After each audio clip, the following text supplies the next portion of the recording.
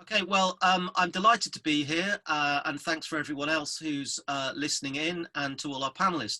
My name is James Moore. I will be moderating this session. I'm a columnist for The Independent, and I write a lot about disability issues. I first started to become an expert on these 10 years ago when I was unfortunately run over by a truck. And one of the things I've found since then is that technology is my friend. Technology has facilitated my carry on working full time and doing basically the same job as I've always done through remote working, email, messaging, all those sort of things. And as it's developed, it's just got better and better. We're now working over Zoom, and I've recently discovered the joys of doing Zoom meetings with contacts. But the point is, and you will learn this when you start encountering disability, is that until you've actually really thought about it, you don't see the issues. And for a lot of impairments, disabilities, technology doesn't work so well. It presents a number of challenges and they need to be fixed. So I'm going to go around the horn and introduce our panelists today, and we're going to discuss some of those issues and how to address them, who's good at it and who's not so good at it. So can I first introduce Matthew Johnston? Thank you, Jane. I'm Matthew, and I am profoundly deaf at birth. So I rely on lip reading and caption. I live and breathe with subtitle and caption on television, issued everywhere, conferences, and so on. So I've been in the tech, working in the tech for the last 30 years, and I was very much of a coder because I could not participate in meetings until the last 15 years ago, when I was able to use Caption to follow my meeting. I moved away coding and went into able to participate in meeting and move on. And now I work for a consulting company called Thoughtwork. And my passion is to make the product, the way of working, as inclusive as possible. And I'm trying to build that capability to work with clients because I know that they want to make their environment, the way of working, and their product as inclusive as possible. And we have the tech that can do that right now. And I think that's a very good point, because one of the things that I learned when working with Scope on the Extra Cost Commission was that the purple pound is huge. And if you don't have an inclusive product, you are missing out on a lot of custom. I'm now going to go over to Vivek Gohil, who's going to introduce himself. Hi, yeah, thank you, James. Yes, as you said, I'm Vivek Gohil, and a lot of the things I do kind of is based around accessible gaming, because I only got into that about 5 years ago when I actually found it really difficult to play games, and I decided that I couldn't, but then through that, it's kind of helped me, because I've worked with Microsoft and PlayStation to test their equipment just to make sure it's accessible. Because of my condition, it's deteriorating. I have Duchenne muscular dystrophy, so technology has had to kind of really change, and it's had to help me a lot because, and also technologies like Zoom, it's actually enabled me to do a lot more work than I would normally, because traveling is very tiring. So for me, like James said, technology is my friend, really. Great, and we're now going to go to Glen Turner for a brief introduction, and then I'm going to start asking questions. Yes, hello, my name's Glen Turner. I live in London and I do remote work for a local authority for their printing section. So I do my best to make sure their designs, their documents are accessible for everybody, not just visually impaired people. We try and adapt things for them, of course, but we try and make them accessible for everyone, so they're nice and clear and easy to read and understand. And then in my spare time, I do blogging as well. So I talk about my visual impairment and the technology I use, because I am visually impaired myself. So I rely on things being good contrast, and the text has to be blown up for me. So I use options on my phone to change the colors on the screen and enlarge the text and zoom in on things to make sure they're easy for me to see, or I'll use speech features like audio description, or have the speech read out, have text read out to me from speech, things like that. And that kind of technology has just really opened up my access to the entire world, really, to everything from work to shopping to arts and culture to everything that I just wouldn't really have any access to before. So, Glenn, I'm going to ask you the first question because I've got you here. And what I want to know is what are the most common barriers you face when using technology on a daily basis, when using sites and apps? And who would be, you think, the worst offenders, the people who are not getting this right and need to raise their game? Yeah, I mean, it varies across the board, really. But I mean, the main things that I find are an issue are things like text contrast. You know, it sounds obvious that you have like black text on a white background or something, but there are some designers who think they want to try and be perhaps a bit fancy, and they'll put, I don't know, yellow on green or something, or white on light blue, and I just can't see that. Even if I invert the colors on my screen to switch them around, it still doesn't show up very well. Or things like text sizes. Like on the computer, I can usually vary it to some degree, but especially on a phone, on apps, it's often a case where the text size is fixed. So even if I use the option on my phone to enlarge the text size, it won't change it. Or even if it does change, the app isn't kind of responsive to the change in text size, so it just becomes a mess. It doesn't adapt to the new size of the text. And you can make a website or app work like that. I mean, a classic example is the BBC. Their website is so well designed that no matter how much you enlarge the text or anything like that, the website shifts around and adapts so that you can still read everything in a sensible form. And for people who use screen readers, there are secret kind of tabs you can go to jump to certain parts of the content.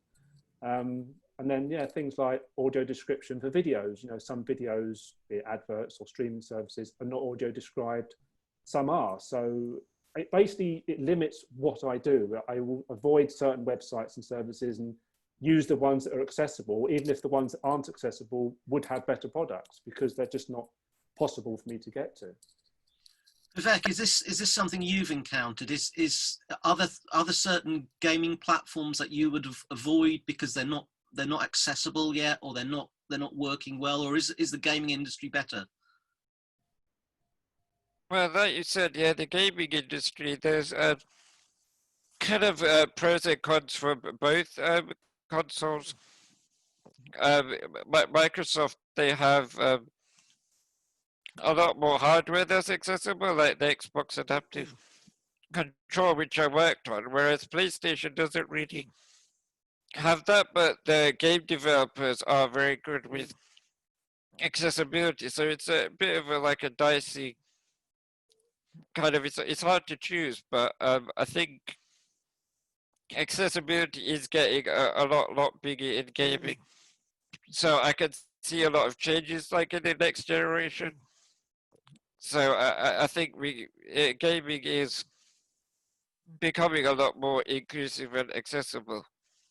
I mean, I know from personal experience, because my son is a big Fortnite player, that one of the recent adaptations they made to Fortnite was to produce a flashing or a white marker when you had another player near you, which brings me neatly on to Matthew, who is obviously has a hearing impairment.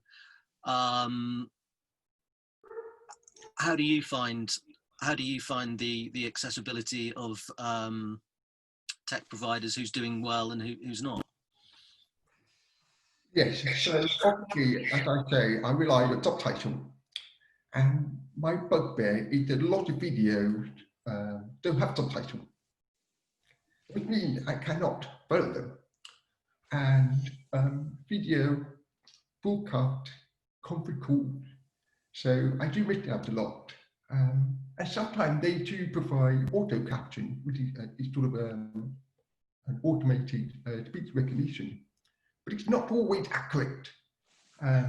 People think, oh, that's good enough, and it's not. It's not always good enough. It depends on the quality of the microphone, it depends on the background noise, the accent, and so on. This doesn't always work. The other bugbear is that when you go to a website and you want to make something happened with your order, when you order something and you want to return it or you want to make inquiries, very often they provide you contact detail, which is just a telephone number. And I can't use the telephone. They don't provide an email address or anything like that. And that is surprisingly very common. Matthew, why do you think it is that these problems are still bedeviling us? Why do you think that they're not being addressed? Is it because there are not as many people like you who are actually working in tech who have disabilities? Is it because tech firms haven't done? I think it's a lack of awareness.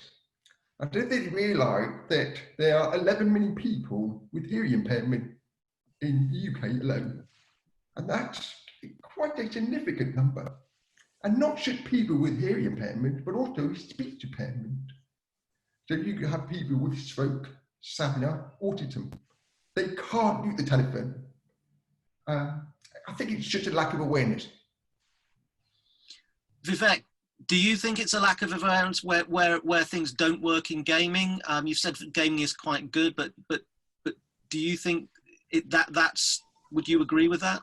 Yeah, I think I would agree, because I'd say that it's getting a lot more accessible, but there is a lot more that can be done, that companies are trying to kind of rectify that, because there's a few games recently that have over like 60 accessibility features, and it's very like there's a new game called The Last of Us 2 that's got like 60 options, so that's really kind of changing gaming, but that's more depending on developers. So I think with gaming it's getting better, but there is a hell of a long way to go, really.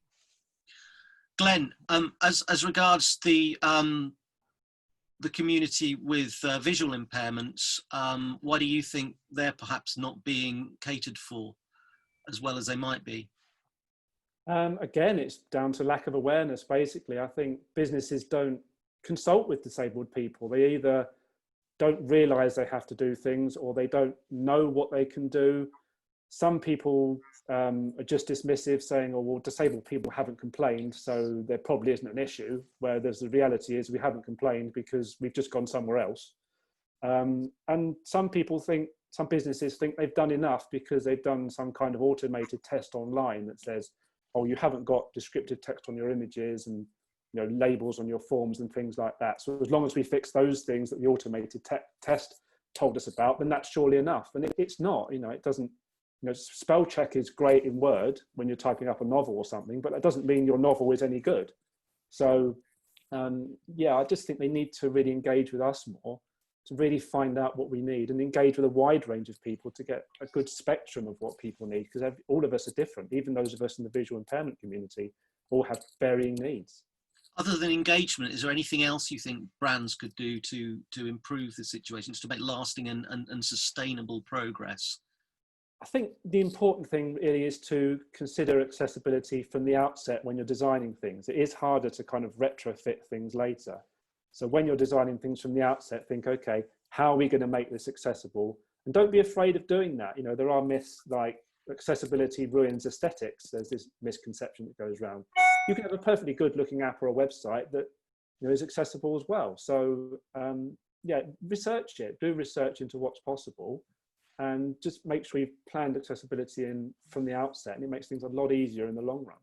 And I think, within the technology industry, you have a lot of creative people. And if you just extend your creativity to factor in people with impairments, people with disabilities, and how it's going to work for them, then you should be able to make it work. Vivek, do you think that's the case? Or do you think there's anything else to add that can be done to improve the situation? Because while you've said the game industry is doing some things well, I noticed you mentioned that PlayStation could stand to do things a little better. Yeah, well, I think they're changing kind of in gaming at the minute. They're contacting a lot of accessibility consultants kind of gamers with a vast array of disabilities, whereas initially they just started doing features for people with visual impairments or hearing impairments, but they've not really done a lot with people like me where I have severe mobility issues. So kind of it's growing there in that way, but I do think one of the biggest problems I have is kind of game developers. There are a lot of them out there that do say like, oh, if you have accessibility, it's going to ruin the game and the aesthetics, and kind of if you're disabled, if you can't play a game, then it's not really been designed for you, so you don't need to play. So there is a lot of pushback from other developers and even other gamers really about accessibility. There's kind of a myth that accessibility means that you're making the game easy, but it's not. It's just making it kind of inclusive for everyone to experience the game. Yeah, and I think we've touched on this. If you make something inclusive and accessible, you often find you make it better for everyone. There are benefits to be had for everyone if you're doing that. Matthew, what do you think needs to be done to secure lasting and sustainable improvement in technology and the way people with hearing impairments interact with it? Well, first of all, there's a lovely quote called, "We are all only temporarily not disabled." We could be disabled in any time in our life. You know, we might have a broken leg, we may have a broken arm, and you will find that you will struggle a lot with your surface. So, for example, if I'm talking about hearing impairment, so there's three stages. What is called permanent. So, being deaf is permanent. Temporary, I can have an ear infection. So you could become deaf during that time. Or you're in a very, very loud room and it's situational. So everybody experiences those situations. So if you think about it, you could be on the train and you like to watch a video, and very often I see people having their caption on. Yeah. And there is a fact that if you have caption on a video, 80% normal people with a hearing watch it to the end. So there is a benefit. So if you have, if you put forefront disabled people, how can we make the product or the website, whatever, accessible to everybody, then everyone benefits? I have to say, as someone who watches a lot of Netflix, I use the closed captioning regularly, and it's often because the actor's diction is so bad that you need the captioning to be able to understand what they're saying, even if you don't have a hearing impairment. So I think you're right about that. Where are you seeing the most progress, and who would you say is doing well? Because we've focused on some of the downside. Who's doing well and who's making progress? Okay, so I'm talking about in the captioning subtitle world. So we've got two different types of captioning. We've got human captioning, which is the person who writes the caption, and they've been around the last 25 years, and they provide very accurate subtitle up to 99%. Then we've also got the auto caption, which is speech tech.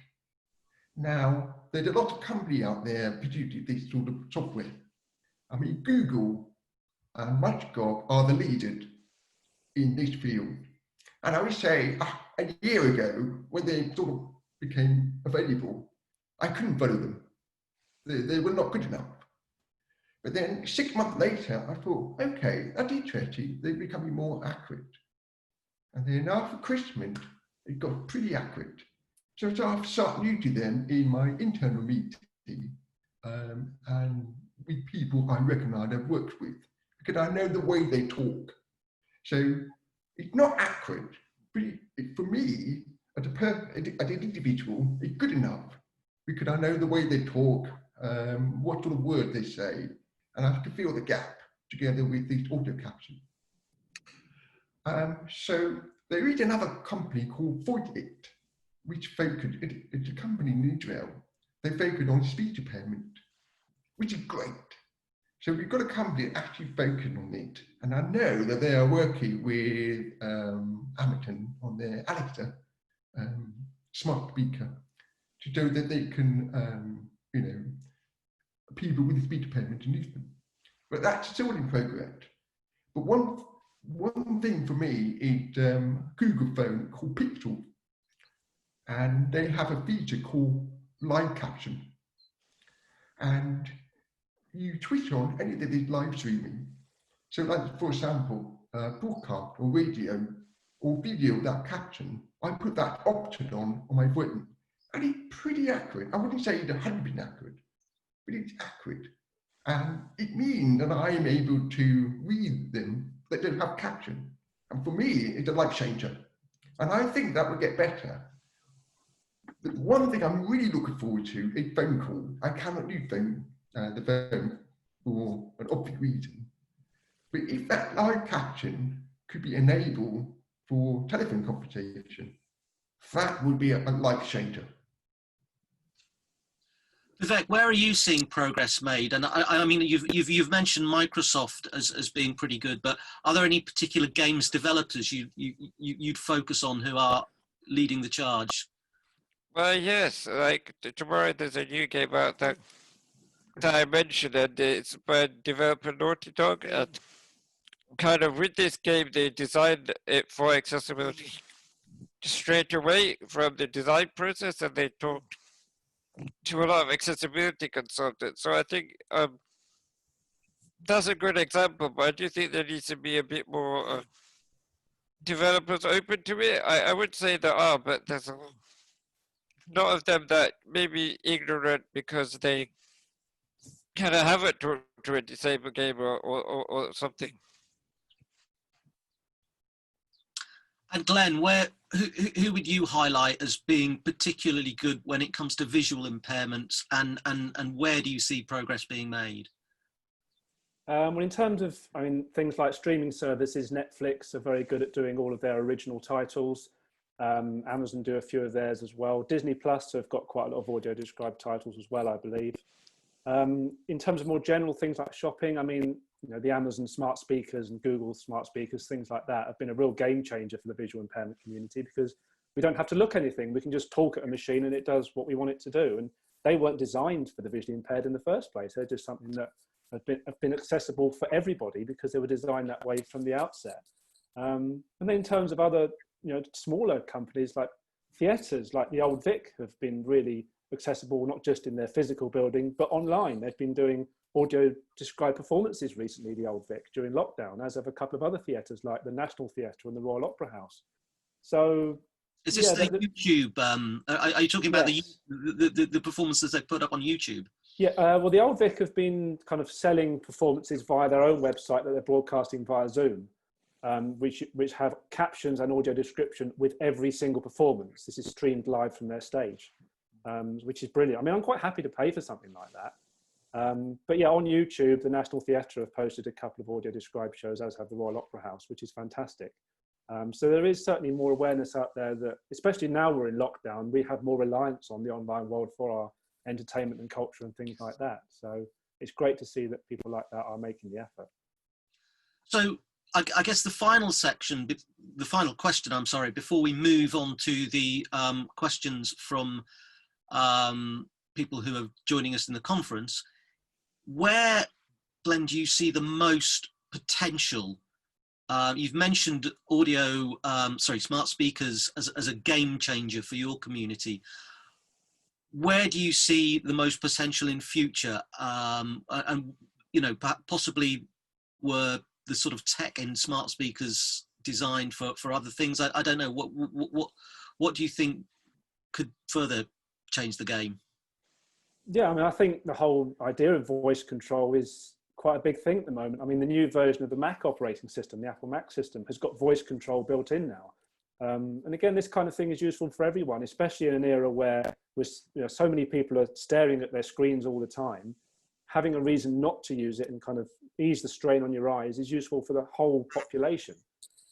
So that will really help everybody. And there's things like audio games being developed as well. There's one called Pitch Black coming out. So I think the audio side of things for us, be it description or smart speakers or audio control, whatever it may be, is the main thing for us. I think really anything that can automate things in that way without having to rely on our eyes so much is fantastic. Vivek, what would you see as the next game changer for you? What excites you about things which are in development that you know about? Well, I think aside from gaming, I think kind of speech control that we're talking about is very useful to me, because I write columns for kind of gaming websites, and I have a blog, and I kind of get tired of just using my mouse all the time. So if I can talk to computers, it's just so it's a lot more easier. And also with Alexa, it's allowed me to be a bit more independent, because if kind of in the room myself and I need to call a carer or someone, I just say to Alexa, I'll call this carer, and kind of Alexa does it.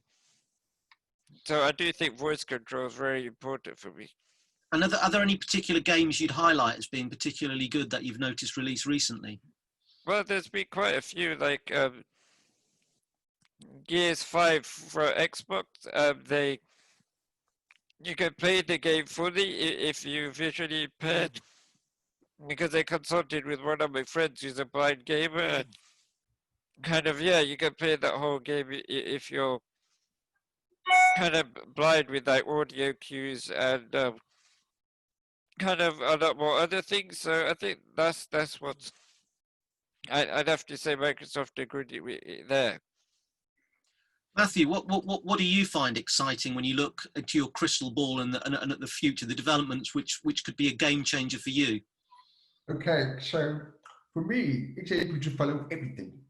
In everyday life, when I go on the train, if there's an unexpected announcement, I can't follow that. It'd be wonderful to see on the display screen, on the train, on the platform. I mean, they do have regular announcements, but they are predefined. Able to go to the cinema anytime I like. At the moment, I can't. I have to check if they're Caption or not. And very often they're like on Tuesday afternoon or Sunday night, which is no good for me. It's very unsociable. Yeah, so you do find cinemas that the screenings for people with disabilities and other arts institutions, the things which they set up for disabilities are usually at the least useful time. Yes, and theatre. I mean, I love theatre. What I would love to do maybe one day is to have some sort of smart glasses that can automatically translate to Caption. It's a long way, but in the future, if we can get the auto caption really accurate, there's a lot of optical data that comes out, like background noise, accent, speed dependent, and so on. But if I was able to have some glasses that pick up the sound and translate the text perfectly, that would be a huge life changer, and I would feel very normal, unlike anybody else. Thank you. There's a lot of food for thought there. I think this has had some fantastic contributions from all of our panelists. What we're going to do now is open the floor, if you like, for questions, and we will handle them as we have before. I'll take the questions, and then I will go around each of our panelists, and hopefully we'll further be able to build on what we've done so far. Thank you very much.